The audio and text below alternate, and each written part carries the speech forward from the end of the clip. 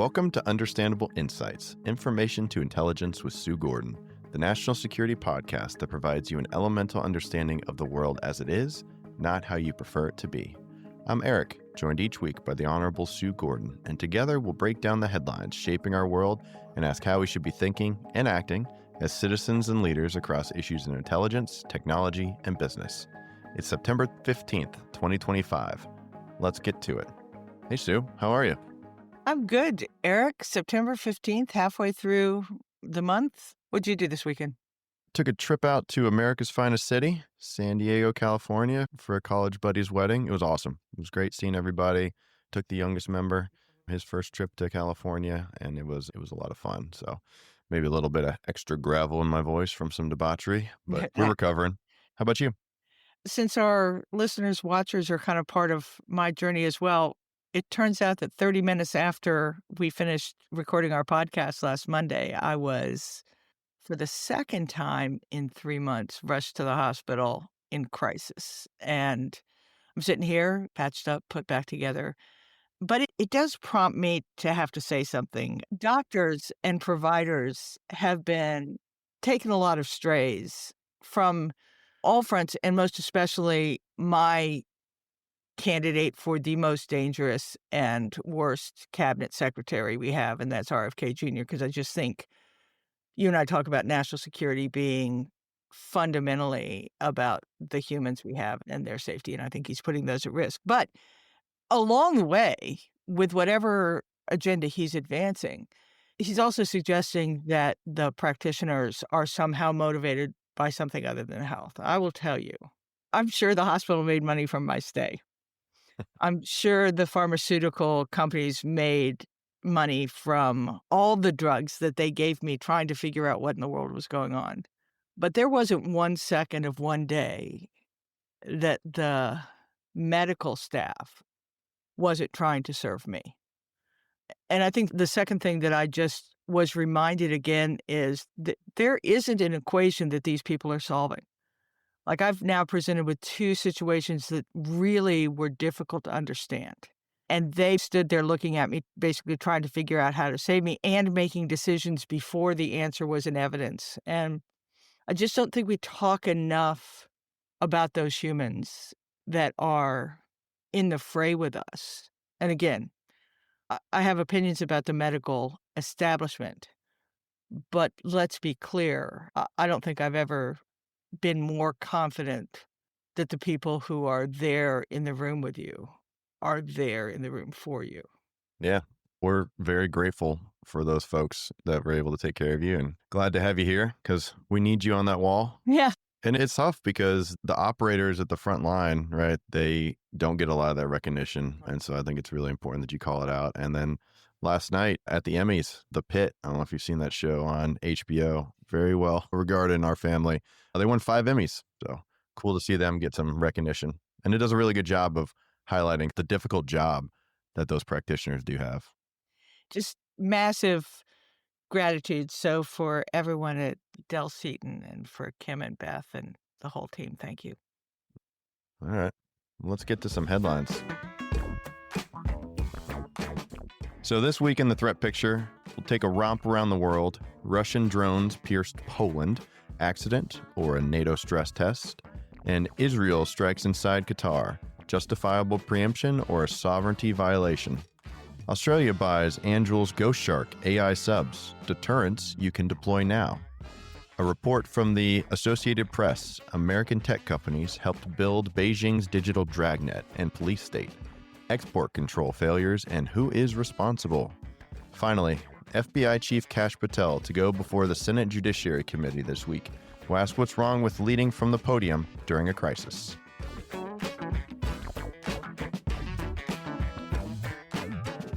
So, Sue, we'll start with this geopolitics romp. Did it a couple weeks ago, and I think it's time for a new update. Well, let's start with Russia-Ukraine, which is, I think, what the drone incursion into Poland is really about. I think the president, by his actions, has made it clear that either he's unwilling to or unable to influence Putin to come to the table meaningfully. I think Putin feels like he holds, I can't believe I'm going to use the word holds all the cards, but I think he does.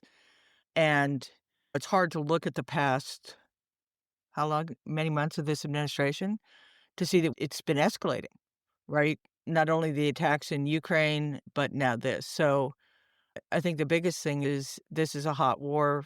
Putin has objectives. I think the chances of it being a mistake are vanishingly small. I suppose you could get there where you could have someone put in the wrong coordinates. If it were really a mistake, you would expect a call from leader A to leader B. Right. There's no evidence that happens. So I think that's a dodge. I don't think it's good. I guess I take away from it that NATO and Europe actually have been, in the wake of U.S. non-leadership, have been, in fact, coming together. Zelensky and Ukraine are getting stronger, maybe buoyed by the support they're getting from Europe and the commitments there. But absolutely, this is a message. Absolutely, it's a message that I think some other drones came in to Ukraine via Belarusian airspace, which is, again, another element of tacit support and complicity for Russia, which is one of the things you expect to have happening, because if he's going to be the winner, people are going to decide to align with him. I think there are a lot of similarities between this and South China Sea and what China does with Taiwan. Yeah. They first would steam through the Taiwan Straits, and then they'd do overflights over it. And you're just kind of softening for the day will come where we're just going to do what we want, and you've let us come this far. How are you going to stop it? I think what's interesting about it is I would have expected, since Poland is such a strong ally, I think I would have expected a little bit stronger reaction from the president. But I Hmm. think more just viewed in the global sense of this isn't going anywhere. Now, Trump's suggestion that he'll go tougher on sanctions if NATO goes stronger on sanctions. You and I are going to have a guest coming on soon that can help us with just kind of sanctions, crypto, and a number of things about this. But I will say Yeah. there are different realities for different countries based on their situation. So to expect all European nations to not need Russian oil in the absence of another plan for them to get their energy supplies, I think it's a nice soundbite to say. But if you just look at our tariff strategy, we make concessions all the time based on things we can't afford. So it's like we're tepidly still engaged, but if you just look at the trend over the last few months, Russia's making the advance, and we seemed more unwilling to stop them. Do you see it differently? No, I just wonder, like, how many more sanctions are available. I view it as a probe, 100%. Oh, I 100. don't think it was an accident. I think it was testing their defenses, testing the reaction time, Yep. and at a minimum, establishing that normalcy, that baseline normalization of it. Yeah, it was an ops test for sure. I think we'll find out that there are sanctions, but you have to get the agreement with India, the discussion over tariffs there, where we backed off on the kinds of things that we could have done to Russia via that set of sanctions. I don't know that we'll talk about it here, but the US is standing in the world in terms of being a trusted partner. We're going to see the impact of that over time as when we seem untrustworthy, our partners and allies' willingness to do hard things on our say so, I think is going to be diminished, and I think Yeah. to not overall good effect. And then the other one was in the Gulf. Secretary of State Marco Rubio was in Israel over the weekend, and Monday, Qatar is hosting an emergency summit of Arab and Muslim heads of state. Yeah, they knew what was going on at the time. They knew that there were peace talks going on, so it sure doesn't feel peaceful in the Middle East right now. It doesn't feel like Netanyahu is tempering any of his objectives on any fronts. We haven't talked about Gaza in a while, but I put that in. So it's a great story. We got to go after the bad guys and get them where they are. But to do so, if it was unannounced in Qatar, at a time that they're trying to have peace talks, it just feels like a breach of sovereignty. And Yeah. again, over the course of my career, leaders do talk to each other even when they're doing hard things. So it feels provocative. It feels destructive. Taking Hamas off the table, I think, is a good thing to do in general because they are a very malign actor. Trust is going to be a theme today. But if you breach trust, And because they didn't notify anybody ahead of right? time. Like, they think the Qataris discovered 10 minutes after the attack from us because we didn't know about it. CENTCOM was like, what are these jets doing? Why are they flying Right. around here? And it's been a normalization thing too. That was the counter from Iran's attack after the bombing of the nuclear facilities with the Yep. V2s. They said, hey, we're going to Yep. strike in Qatar. We're going to strike the major base at Al Udeid. That's advance warning, though, compared to the Israelis are just doing their own thing. And if you go backwards even a decade with Russia, our relationship is so strained with them now, but counterterrorism operations, we coordinate who is in what airspace doing what. So this idea that you couldn't have shared your planned operation suggests that your motivation is different from combined security in the region. Yep. So I'm not a fan of what seems to be happening globally, which is I can do whatever I want. And maybe it's an effective strategy because our norms have been so eroded that we don't know what the right response is. I think this is an area where U.S. leadership is really, or the absence of U.S. global leadership is really showing. Yeah. Because this would have been the sort of thing that you would have had people going in and say, knock it off. Let's get to the larger play. What about in the global south? Looking at Brazil, just finding former President Bolsonaro guilty in those charges of leading an insurrection. Yeah, it's Brazil's business. The current duly elected president suffered through an attack on the court and the Congress because Bolsonaro's supporters didn't like the outcome of an election. It feels common. But in this case, Brazil came to a resolution and decided through their legal processes to hold him accountable. I think Brazil should care about that, and we'll have to work through it in terms of what it means. The introduction of the U.S. and having an opinion about that, or in my estimation, worse, tethering it to tariffs or other things based on what countries do for themselves. China is all over the global south in terms of building relationships, trade. When we start being a problem for nations, they do have other people to turn to for trade and relationships. And again, those trade and relationships over the course of time are one of the great stabilizers in the world. So the idea that over something that seems like Brazilian internal politics and the U.S. suggesting that because it doesn't like that outcome, we will put more economic pain on Brazil feels like it is unlikely to be successful in terms of shaping what Brazil does, go sovereignty, and has the potential to force an ally into the hands of a competitor. I do not see that there's either a 3 or a 4D chessboard going on here.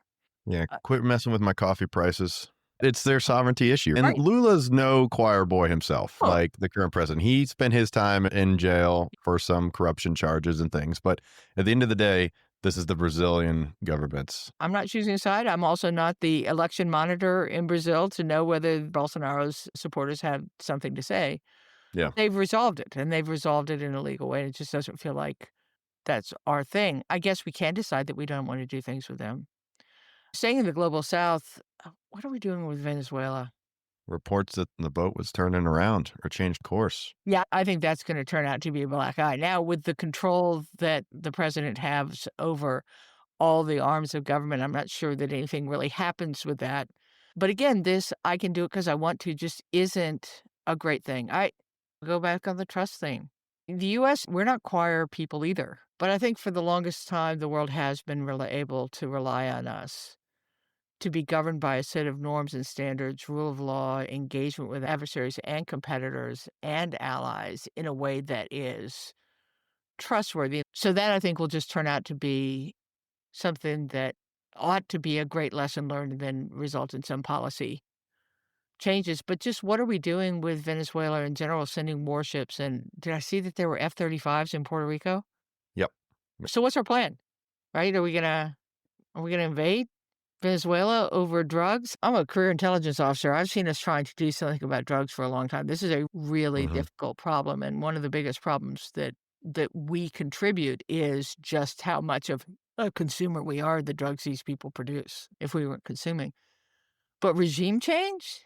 Oh my gosh, I just remember a minute ago where this administration was talking about the folly of regime change. Look at the Middle East, for goodness sake. So what are we doing? We'll get to talking about this, and when I go down my jags of the hollowing out of the expert cadre in order to pull these things off over time and not just to shoot down a boat or even encircle a nation, you gotta have to have strong organizations that have a clear view of what's trying to be achieved and then the room that they need to come up with the path to get there, and I just don't see those conversations. I guess the last romp around the world I'll talk about is in Georgia with the South Koreans and the plant, and their Hmm. work is getting rounded up by ICE and being sent back home.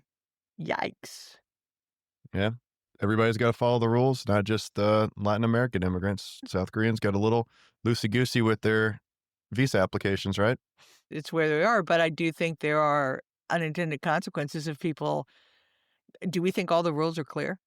Oh, I don't know. Yeah, I think can't about imagine the government's rules on anything. yeah, no, like when we look at tariffs and the elimination of the de minimis tax, and now the result globally is that people aren't shipping to the United States because they don't understand the rules.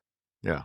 So I do think that while you can take any of these actions and come up with a reason that it makes sense from a America First perspective, Yeah. but what's America trying to achieve in aggregate? And are these actions going to give us the successes we want? When that was a photo op, that didn't need to be as aggressive, probably as it was. They made a promotional video about it with music. So again, let's say that they were loosey-goosey with their visas, and this is what's good for the goose is good for the gander, and America was very serious about its immigration policies right now. But country Z, who we're trying to encourage to come here, is gonna look and say, I don't know. Maybe I'd rather invest someplace else." Second and third order effects. It does remind me, and again, just military operations in general remind me, whether that's the drones in Poland or whether it's what we're doing in Venezuela, it is a dangerous world. Like, it's easy to get comfy and think that all our actions are what's going on economically, but preparedness, making sure that we're ready, making sure that our actions all make sense matter. Well, we'll transition from the Korean Peninsula down into the Southern Pacific and Australia, expecting to spend $1.1 billion on an Anduril undersea drone fleet. So, Australia's partnered with Anduril, announced its Ghost Shark program, which is an AI powered, uncrewed stealth submarine capable of undersea surveillance and torpedo strikes. Anduril is a U.S. defense products company, priding themselves on their ability to identify problems, privately fund R&D, and sell finished products off the shelf. Built in Australia and delivered over 5 years, the drones promise a fast, relatively low-cost option to cover roughly 1.2 million square miles of northern ocean that needs to be defended, while Australia waits on the slower AUKUS submarine timeline. So that Biden-era plan is for Australia and the UK to co-produce an attack submarine known as the SSN AUKUS, with top-secret U.S. nuclear propulsion technology, and prior to the 2040 delivery of those subs, the option to buy 5 U.S. Virginia-class submarines beginning in 2032. That agreement came under review from the Department of War in June and is still being evaluated. We've talked about NATO spending, commercial space speed, and allies carrying more of their own defense weight. Your friend, Sue, Admiral Paro, commander at U.S. INDOPACOM, must be celebrating this move. You've seen this a lot recently, particularly in commercial space, but across companies you've partnered with, the U.S. government is slow and non-committal, but our allies are ready to make deals. Do you like this contract award, the implications for innovation, and the overall national security picture in the Indo-Pacific? I love this award. I love the kind of revolution in domain control undersea. That has been such an area of strength and so limited to just a few nations. Taiwan, as they see the threat of potential reunification violently, you see them building an indigenous submarine just because the advantage that even one asset provides. So this idea of using newer technology, lower cost, bigger numbers, because just the Indo-Pacific, Oceania, I mean, it's huge. It's just a huge area. So I love it on the kind of revolution in military affairs approach. Your point is really good where the US government is being so slow, but the world has figured out that there are capabilities everything from indigenous intelligence capacity at the hand of commercial reconnaissance satellites to this, that they can now reasonably effect new force structures, combining technology and humans in ways they couldn't before, right? There was no way that Australia could support a force like the US can support a force. They Mhm. just don't have the infrastructure. But these new technologies that are more autonomous, you can now see that they can be affected within the resources they have, both human and otherwise.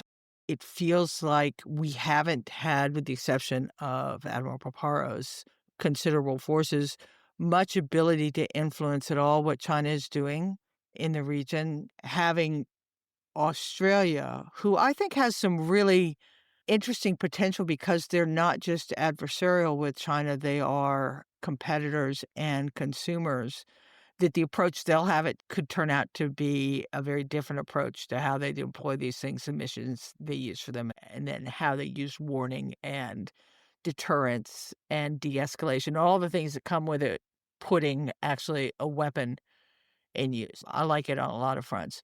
So I love the new companies that are coming in. It's funny, we talk about the deep state and installed bureaucracies. The industrial version of that are the big prime contractors, right, who have become their own Mhm. stodgy things and incredibly capable, and we wouldn't have the things we did without them. But the Palantirs and the Andrils and the Anthropics and the Scale AIs and Infinite Hermeus, and you and I could go on and on about the new companies. Anyway, I think this is super exciting. I think they're doing things differently. I think they're doing things faster. But I will say, with many of these companies, it's still promise, not outcome. And there's a big difference between a capability and an effect. And Mhm. so I think there's still a bit of work to be done to say how you use this technology and integrate it into your force structure and your ops plans in order to be able to do it. And the Andrils and the new companies will figure out what it's like to work with governments, whether those are US or foreign. But I think it's an overall really good development. I will say is once you start doing this, everyone's going to do this, and it changes everyone's environment. And even for the US, where we have had such control over the undersea domain, it now challenges us in ways that we haven't thought, because now someone with fewer resources could now actually have an undersea force. It's awesome that it's on the side of our allies, but just remember, changes change things. I think it's great. And instills competition, and then it de-risks some of that on our end because now Australia has a more pressing need for it. They And do. so they've invested in it. And if this technology works out and it becomes a good product, then it's more commercially available or available for us down the road. We talk a lot about the capability it affords. I think it's really interesting in terms of how it changes deterrence, right? Hmm. How it kind of rebalances that power between big countries and little countries that has existed for so long just because of how much it costs to have any sort of standing force. And now you can be more situational and where you can respond more quickly. I think if we thought about it in terms of deterrence as well as offensive capability, you start getting some exciting potential. But again, you got to have people there that are thinking about it, right? And since Australia doesn't have that huge installed base, they're a little bit easier to revolutionize even how they imagine conducting undersea defense. I see only good. So, staying on the Indo Pacific and the Chinese threat, we've got an Associated Press investigation that says U.S. tech has been far more central to China's surveillance apparatus than most people realized. American firms, including IBM, Microsoft, Intel, NVIDIA, Dell, Oracle, and Thermo Fisher, whose chips, cloud tools, biometrics, and analytics help power predictive policing, mass data collection, and repression in Xinjiang and Tibet, aiding repression despite mounting human rights warnings. It's important to note some firms did pull back. Thermo Fisher halted sales in Xinjiang and later in Tibet. From a national security standpoint, it's both a human rights story and an export control story. Washington's tried to cordon off abuse, adding Chinese surveillance firms to the Commerce Entity List and blocking imports tied to forced labor under the Uyghur Forced Labor Prevention Act. But the AP shows how sales, partnerships, and indirect channels persisted for years. So the legislation that was signed in December of 2022 states that since 2017, the People's Republic of China arbitrarily detained as many as 1.8 million Uyghurs, Kazakhs, Kyrgyz, and members of the Muslim minority groups in a system of extrajudicial mass internment camps. Chinese authorities offer subsidies, incentivizing Chinese companies to open factories in close proximity to the internment camps. Local governments receive additional funds for each inmate forced to work in these sites at a fraction of minimum wage or without any compensation. So this AP's expose highlights how commercial decisions by U.S. firms can reverberate geopolitically and ethically, and for us echoes the past episode themes on tech accountability, unintended consequences, and also human trafficking that can erode public trust. Trust is the currency of both government and tech. Like we've talked about, as FEMA's flood maps or AI regulation affects citizen confidence at the state and local level, this story expands the lens to global trust in U.S. firms. American companies, with or without direct intent, have fed authoritarian surveillance systems that undermine human rights. And so, Sue, who is responsible?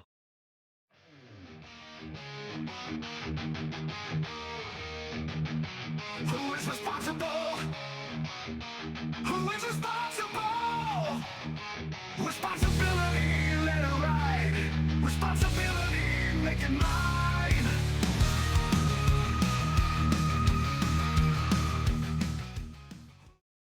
I think everyone. So let's start with the U.S. government. We have not, as a government, fully embraced our understanding of what to do about technologies that turn out to have national and global security implications.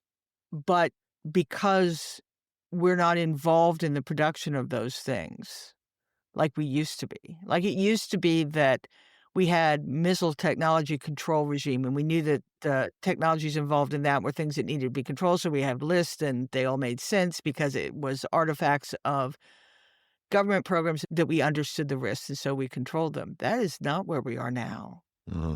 And I don't see within the government structure, and I'm going to say from the intelligence community on down, the ability to identify which technologies are going to matter and then to monitor how the environment changes in terms of where the threats emerge and where the vulnerabilities exist. And we care nationally on both the security front that you talked about, but also the success of our global businesses. And so in general, the fact that we are just completely bereft in terms of any real systemic way to understand and assess the security implications of technologies before they're in evidence puts us on our heels. So that's one. You and I have talked about this a lot. You mentioned it's a theme we have, and that is these companies are national security decision makers and global security decision makers. I think it is interesting that some of these activities post-dated the conversations we had with Silicon Valley companies about whether they were willing to sell to the U.S. government because of how we might use their technologies for weapons or defense. Not universally the same companies, but companies who were hesitant to sell to the government if it was going to do something that they objected to seem to have not understood that they were enabling the same outside our country. I think they're responsible for it. I think it is hard without the governmental structures to say, what's the framework that we use to decide that we're not going to sell? I also think it's hard for them because, by and large, they report to their shareholders and they are business people and they're selling things. And if you don't sell into China and you're in the telecommunications and computing industry, you've just cut out a huge customer. Huge market. Yeah. So I think being responsible to that is important. They are, in fact, the ones that have the most power in this situation. But boy, they have an interesting tension just within their own needs. Well, the one thing I would most wish for companies to understand is there is a difference between the United States and some of our adversaries, competitors, in terms of how they view the rule of law and how they govern themselves and what they're willing to do. Technology doesn't decide whether we cross barriers of privacy. Actually, Right. the rule of law does. And while we may chafe at it here, it is a pretty strong system. When you go to China or to Russia or to others, they don't have that same rule of law. And so if you're concerned about how your technology is being used, you need to engage in those questions yourself rather than assuming that there is some sort of superstructure of national security law that is going to protect misuse. And then you are going to be left holding the bag of what you allowed because you sold the technology to be used for that purpose, particularly if that technology made a difference between what could be done otherwise and what not. I want to advocate for responsibility on that front. I think we are global citizens. I think human rights abuses are just terrible.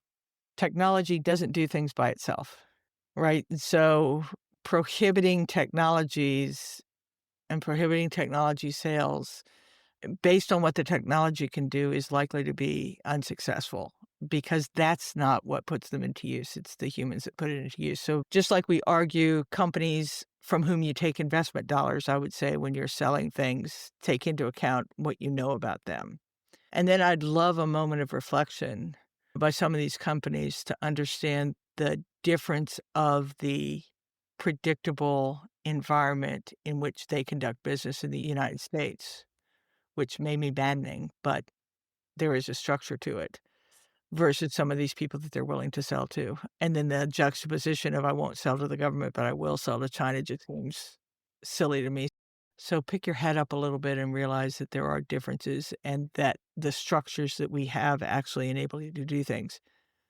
What I was mostly excited about in that article, and I think this needs to be said, is what the article didn't say was that China had worried that our companies had put backdoors into their systems, allowing the United States government to be able to steal all the data that was going across and using for our purposes, because that isn't what we allow.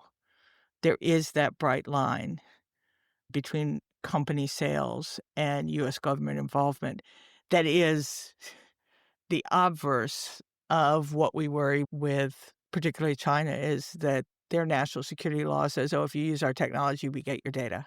I guess I'm feeling like one of the responsibilities is to understand the differences and be a little more appreciative of the environment that we have going on here that allows us to not be perfect, but be a little cleaner and have people, to your point, have more trust that if you buy a product, China isn't particularly worried when they buy a product from us, Hmm. the U.S. government's going to steal that data. No, they trust the technology that comes from a U.S. company, and there's a goodness to that. But just remember that those things are part of why we are the preferred supplier, why we are the preferred partner, and to maintain that is a good thing. Yeah, I think the government making the rules with the real teeth, they passed the law in 2022. This has been going on for a lot longer than that. Shout out to the media on being responsible here. There was an article by Naomi Klein put out in Rolling Stone magazine in 2008 called China's All-Seeing Eye and started highlighting some of this. I just wonder if it's an unreasonable expectation for the commercial sector to follow it all the way through, right? If you know that's what they're using this for, Yeah. but it's the same argument of guns don't kill people, people do. So should we hold the gun companies accountable? You don't know what the technology is necessarily going to be used for. And even if it's going to Tibet or going to that other state, that could be used for traffic enforcement or for any other number of social safety things. So I guess at what point would you encourage them to draw the line? And then from the citizens, it's the divide between stakeholders and shareholders, right? Right. Stakeholders are encompassing of everybody in the national security ecosystem. Shareholders are the ones who care about the economic value. Yeah, I don't think it's reasonable for the company to by themselves feel the burden of Yeah. all use of every product they have. That's an insane line. I do think it is reasonable for companies to decide whether they are enabling something that is counter to our national interests. And I would argue that a company has benefit based on national interests. It may Mhm. not feel like it because by and large, we keep this quiet going that allows them to feel like they're just business people. So I think reasonable questions and reasonable decisions. But again, I'm not sure I believe that technology is what's evil. It's more the people. I do think this is by and large a foreign policy issue. But I think to me, the meta question is we don't really even have the insight into how this technology ecosystem is playing and evolving to even give ourselves the chance to do some a priori decision making. And so we're always caught up with, oh my God, that's now all deployed. What's interesting is we have probably provided the technology that allows China to have created a surveillance environment that doesn't allow us to operate over there clandestinely. And it's Probably. and Yeah. right, and that has been provided by our companies. I'm going to say the meta issue is we haven't done a good job understanding how technology affects security when you didn't know the technology was going to matter. Yep. That's why we're advocating.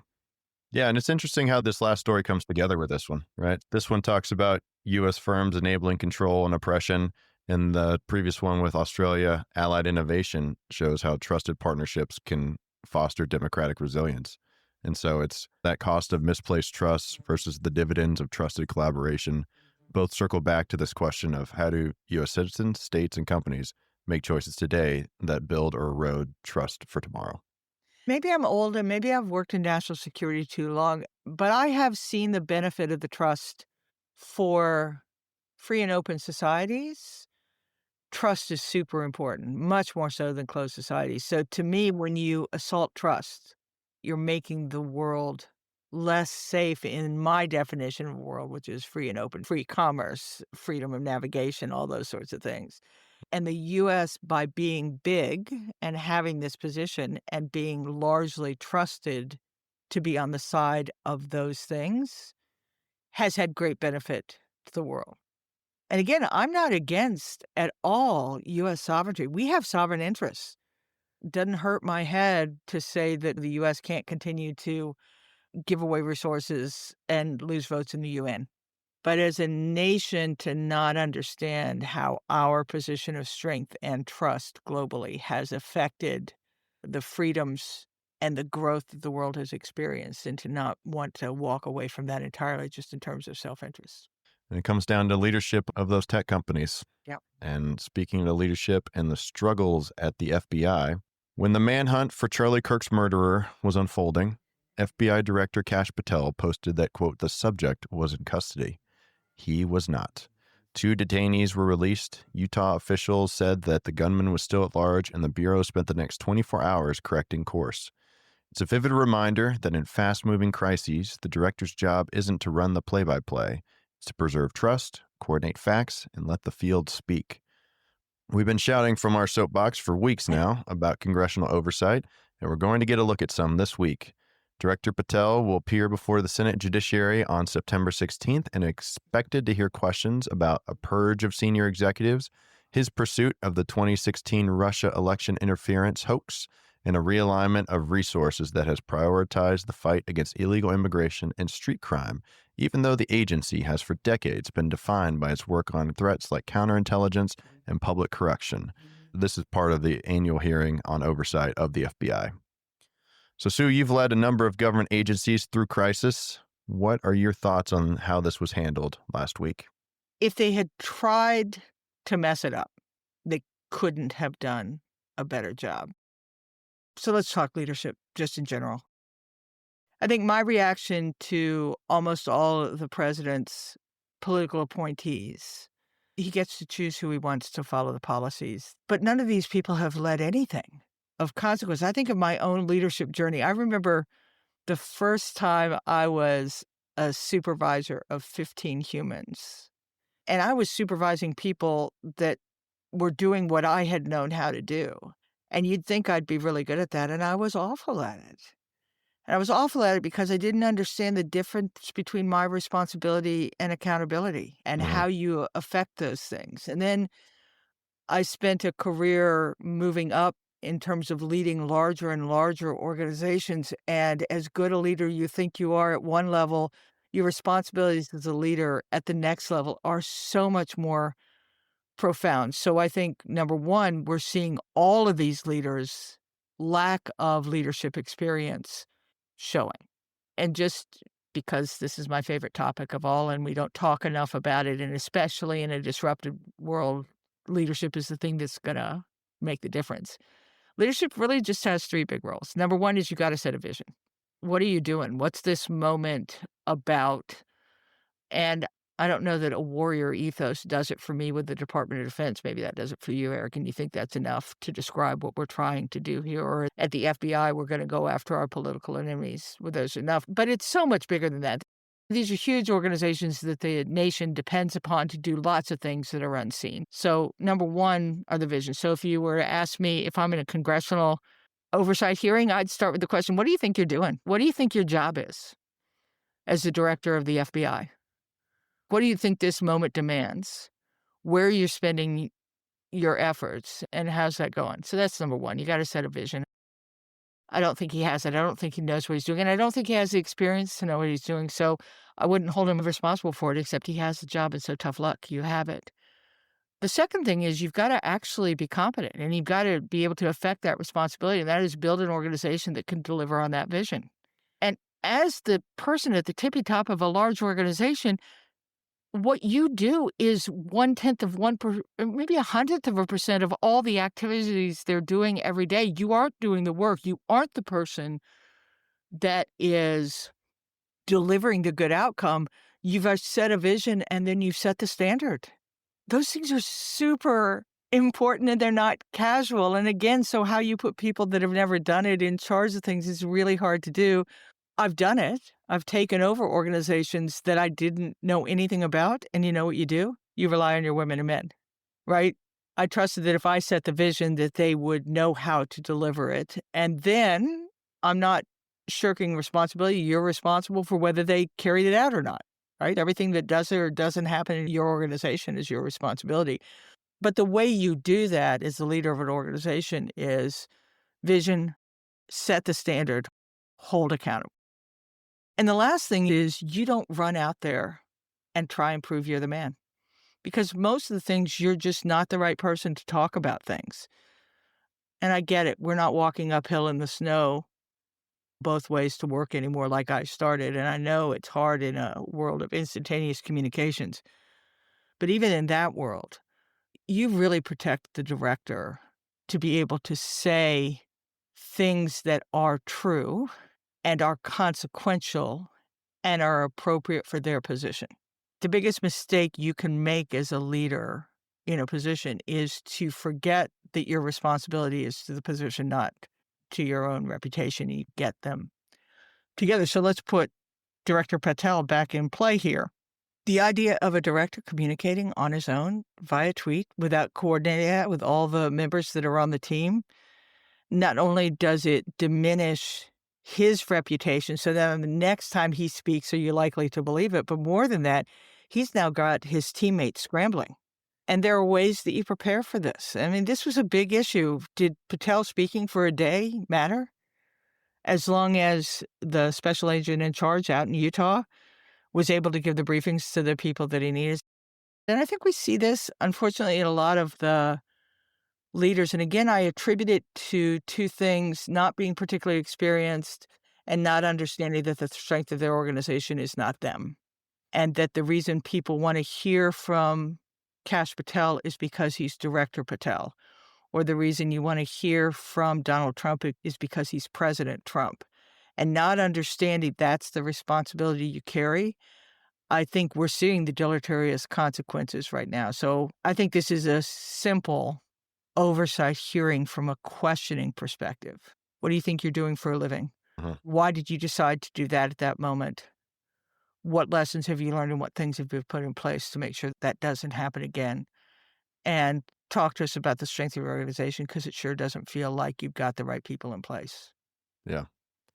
But you mentioned that you're responsible as a leader. You're responsible for everything that does or doesn't happen in your organization. Doesn't that mean that you should put yourself at the point of friction and lead from the front? And especially in a crisis like this, put yourself out there to make sure that the job's getting done the way you want it to, following your vision? That's what a first-line supervisor does.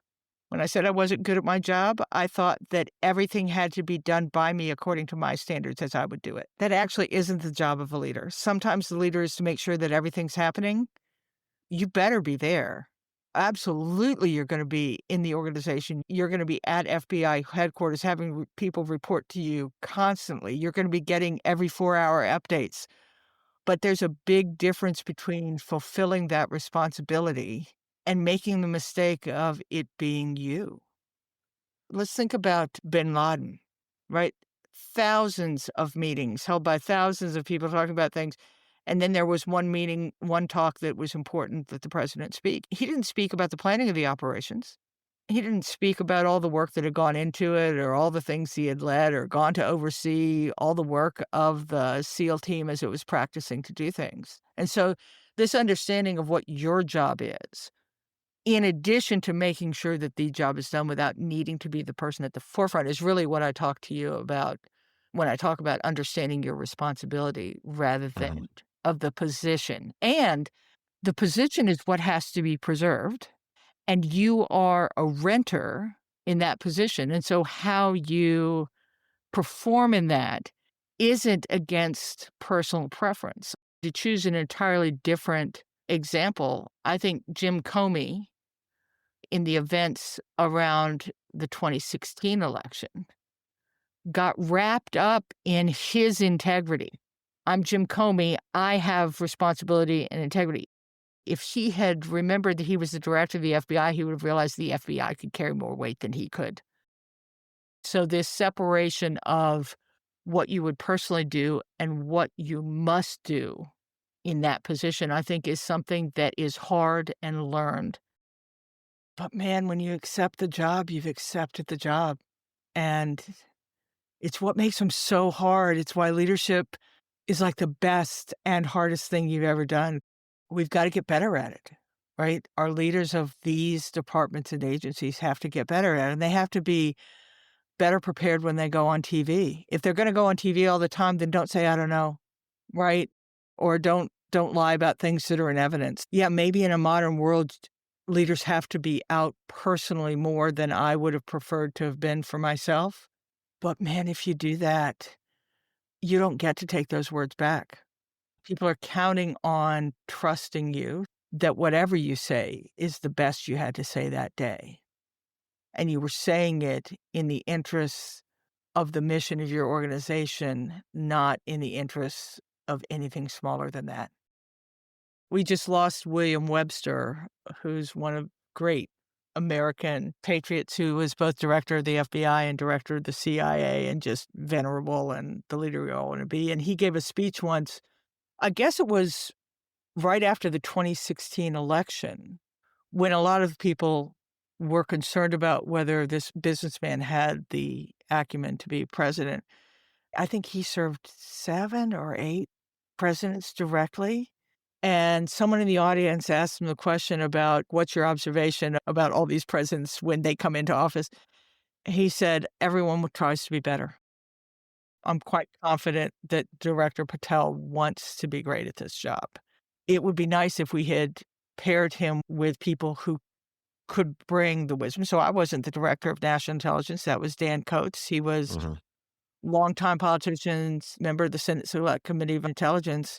He certainly understood his responsibility, but he was given a deputy that was of the community. And that should be the whoopee that allows you to understand what the organization provides and how you most affect your vision purposefully. So we set these guys up for some difficulty. I hope he gets better. Yep, I'm sure he wants to be. that's right. True test of adversity is how you come up from here. Right. We'll be watching that this week when he goes before the Senate Judiciary Committee. And then also this week, I think I'm going to watch TikTok and the potential either acquisition or change in ownership of TikTok to be allowed. See that? What we're watching? TikTok? Hey, what are you watching, Sue? I think I'm watching the kind of ultimatum to NATO on tariffs. Whether, as I fear, this administration just isn't going to put the thumbscrews to Russia, or if NATO does find a way to strengthen its commitment, whether we then turn around and do something. It sure hasn't gotten more peaceful there in Russia, Ukraine.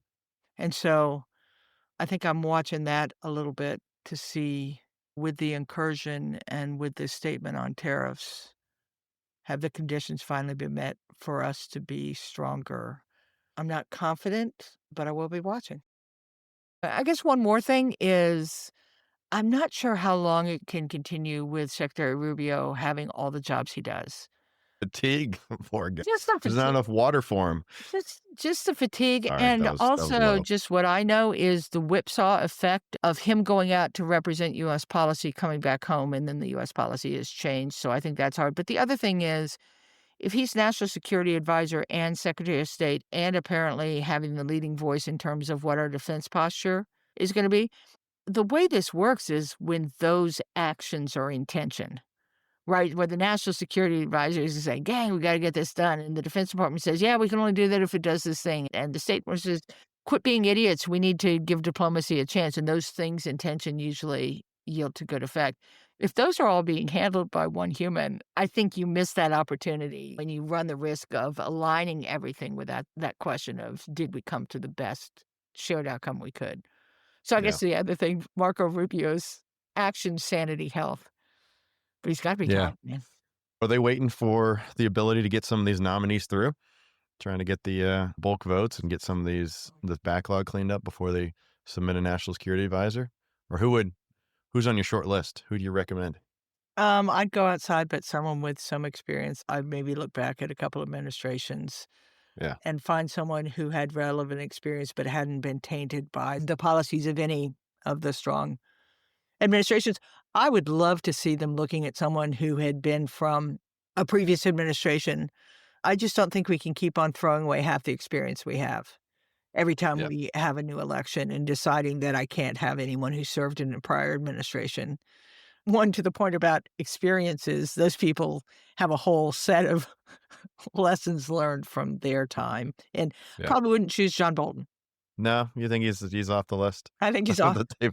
He's probably due for another book, right? He needs some more material. Yeah, maybe. I'd probably look for someone. This is going to sound funny, Eric. I think it's time that my generation leaders step away from the headline positions. We got a lot of 65, 70-year-olds that are still in these things. And as much as I like to consider myself a revolutionary, Yeah. I'm far away from some of the things that are currently happening. So I would love to see someone in their 50s with the new sense. It's a little bit like the Andrel thing where, it is really hard to get away from the things you believe.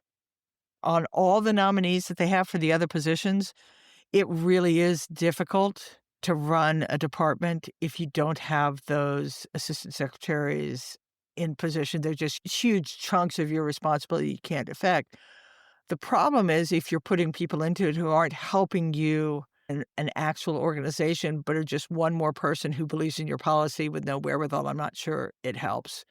Right. But I don't think it's a good position for us to just not consider the president's nominees. I just wish they'd do a better job of saying, yeah, no, you don't have enough, and then do their job to help force a few better candidates. Eric, there are people who will serve. And so I think you have your pick of talent. Start putting some of it in. Well, that's what we're watching. Thank you for joining us, and no doubt there's more to come.